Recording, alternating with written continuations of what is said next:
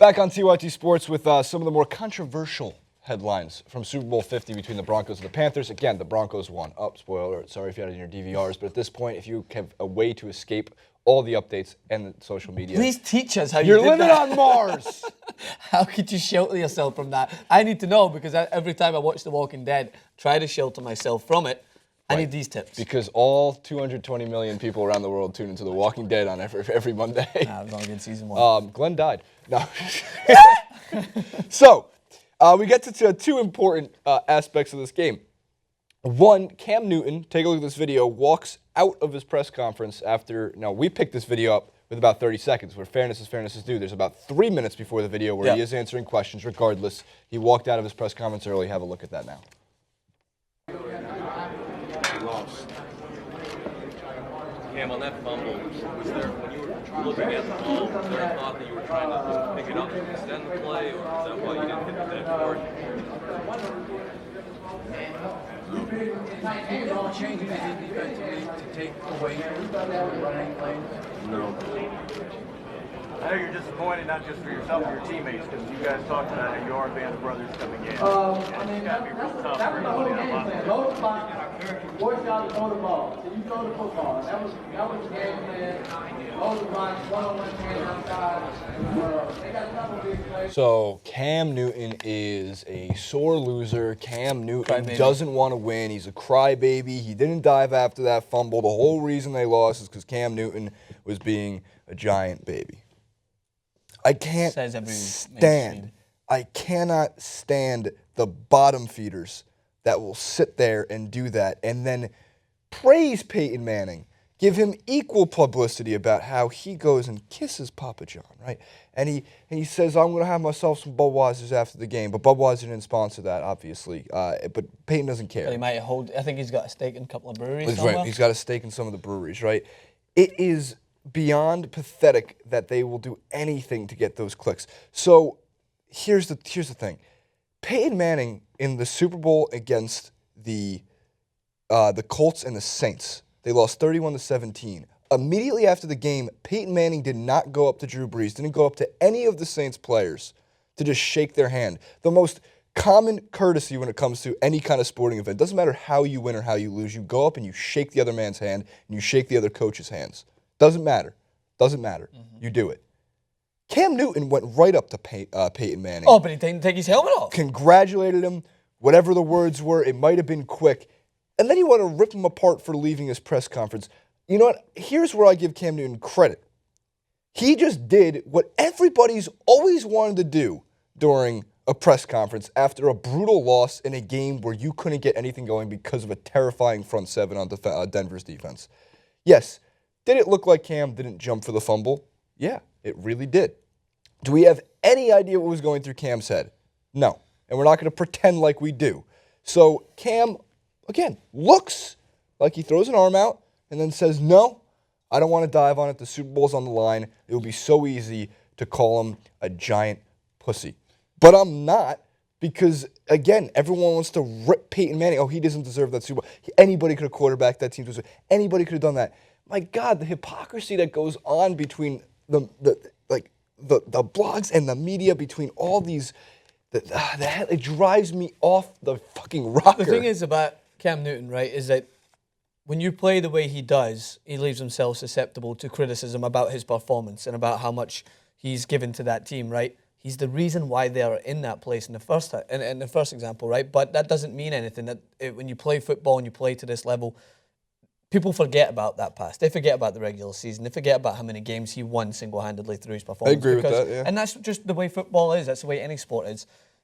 And you can criticize his performance, but when they take it south, it's when they start questioning his allegiance to the team, questioning his heart and all, and everything included. It's just a very, as you mentioned, clickbaity thing to do, right? And we are part of media. We like to portray our views, but corporate mainstream media will eat this up because they know that people are already divided. They know they're already divided about their thoughts on Cam Newton and Peyton Manning. And there's actually, Deadspin, I think, said that he actually overheard Chris Harris in another press conference talking shit. It's just more speculation. But you see his reaction. He does seem to hear something.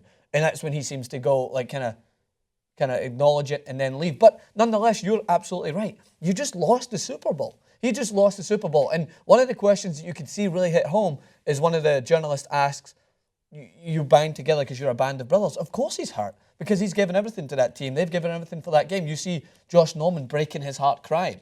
No one's calling him a crybaby.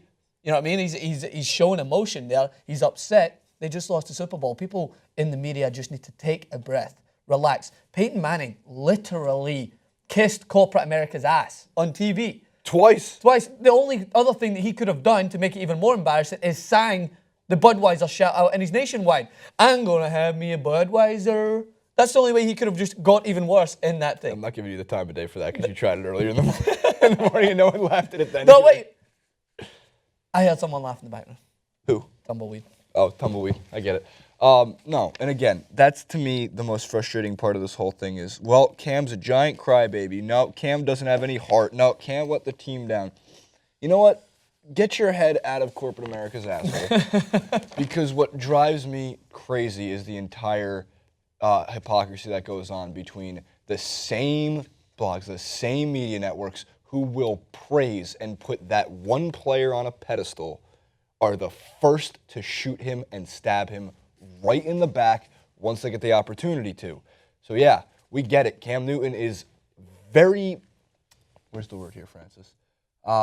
He's a moving target. He's very open to criticism. It's not that. Like he's polarizing. So everything he does and everything he says is brought into the mainstream. It's similar to what Richard Sherman, how he used to be unfairly criticized when it came to the media. And everyone said this guy's a thug. Look at his hair. Look at the way he celebrates. Oh, he went to Stanford. Oh, he's really well spoken. Oh, he just called out. GPA. But then he calls out Roger Goodell, and everyone hops on Richard Sherman's dick. They do immediately. Immediately they hop on his dick.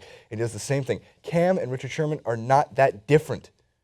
Yes, I get it. Not everybody shines in the spotlight like Peyton can for America. There you go.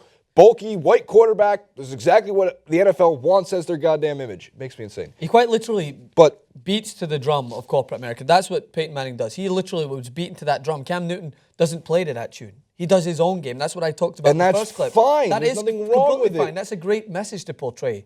I think he could have handled himself. You just can't think about it. I don't know how I would react if I was as passionate as he was and you got that close. I wouldn't go. If I lost the Super Bowl, I wouldn't go to the press conference. That's the same thing, though. I'll Then they pay get the fined fine. for that, right? Then I'll pay it. I don't care about the... To me, if I lost the Super Bowl, I wanted to be a sore loser about it. I just wouldn't go. I wouldn't go. I'd pay. What the fuck does the $200,000 mean to you? $500,000 mean to you?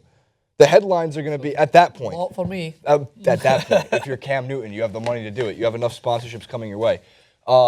So, also, back to the Richard Sherman thing, Marshawn Lynch hung up his boots, which I guess circulated.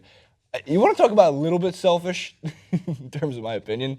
It's a little bit selfish to tweet out that you're retiring during the Super Bowl. Yeah. Don't take the spotlight away. Of all guys to do it, who hates the attention, he knows, we know it. He doesn't want the attention. He answers his press conferences in one word. He's the first guy to send out the tweet with his boots hung up, or not his boots, his cleats, same thing, hung up. And Richard Sherman, about 2 hours later, retweets it out and then sends out, like, salute to you for going out the field. I get it.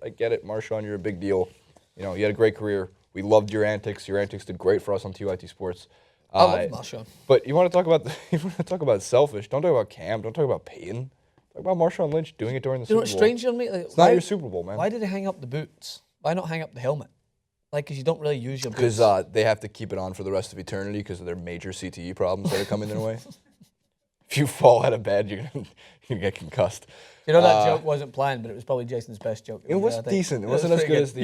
You give yourself that little smirk. See, you know, some hit, some definitely miss. Some like don't. My Budweiser. Oh, Jesus! Like, favorite, and subscribe to TYT Sports. Comment below with everything you want to talk about with Cam Newton and Peyton Manning. I know the Super Bowl 50 recap that the four old guys did yesterday was entirely bashing Peyton Manning. Let them do it. They're hypocrites too because they'll praise Trent Dilfer in a Baltimore Ravens Super Bowl who had a worse game than Peyton.